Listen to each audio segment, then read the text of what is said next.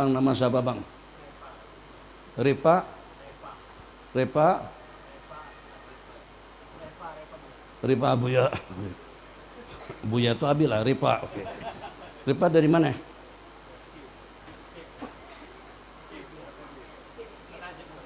Dari Ustaz Najib, kampung sana. Kita ketemu kali pertama. Oh nggak mau, udah kering dah, udah sering. Sering nggak jadi. Abang, kita ketemu kali pertama kan? Ya. Nah. 2 kali, abang belakang. Kali pertama, first time ini. Hah? Kali pertama. 2. Yang kali pertama siapa? Katangan. Apa yang kali pertama? Allah. Angkat tangan saja nggak berani. Oke, bang. Nih, sini. Sini bang. Oke, nama abang siapa?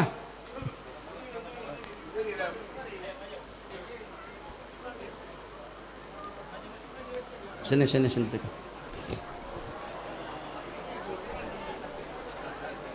Lihat ya, kita buat drama dulu, sendiwara. Alfa. Kok sedikit nama? Rafa. Sama nama dengan abang ya? Lu saudara kah? Udah berapa tahun di sini? Udah berapa bulan? Belajar di 6 bulan. Udah kawin belum? Belum. Mak ayah masih hidup. Oke, duduk. Cukup, makasih. Tanya siapa nama? Rafa. Udah berapa lama di sini? 6 bulan. Udah kawin belum? Belum. Mak ayah masih hidup? Alhamdulillah. Tapi tanya sederhana saja. Siapa nama? Siapa nama? Udah kawin atau belum? Mak ayah masih hidup atau sudah meninggal? Gak perlu pakai mic, udah disahut. Tidak perlu menjerit, sudah diperkenankan pertanyaan kita. Tapi kenapa seketika ada dikumandangkan dengan lantunan yang merdu, dengan sound system yang bagus, diseru dan dipanggil berkali-kali, Allahu Akbar, Allahu Akbar, Allahu Akbar, Allahu Akbar, ujung Allahu Akbar, Allahu Akbar, la ilaha illallah. Kenapa tidak datang? Renung sejenak. Kenapa sampai dengan kita tidak memperkenankan seruan? Kenapa dengan kita tidak memperkenankan panggilan? Padahal bukan dipanggil dengan suara yang sederhana, Allahu Akbar, Allahu Akbar, tidak.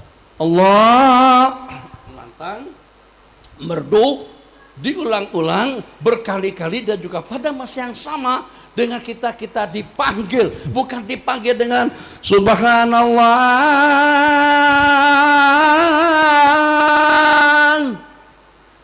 Subhanallah, ya Hanana, ya Hanana. Tidak ada.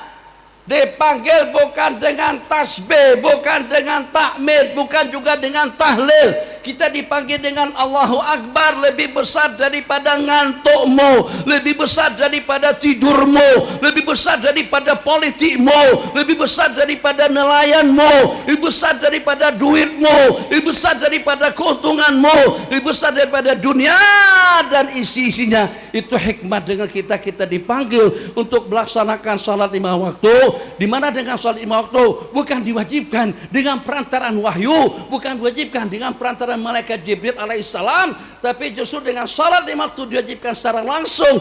Nabi kita dijemput dalam upacara, dalam acara Al-Isra'i wal Mi'raj. Isra daripada Masjidil Haram ilal Baitul Maqdis, dan juga Mi'raj daripada Baitul Maqdis sampai kepada sidratil muntaha hatta qaba qausaini au adana.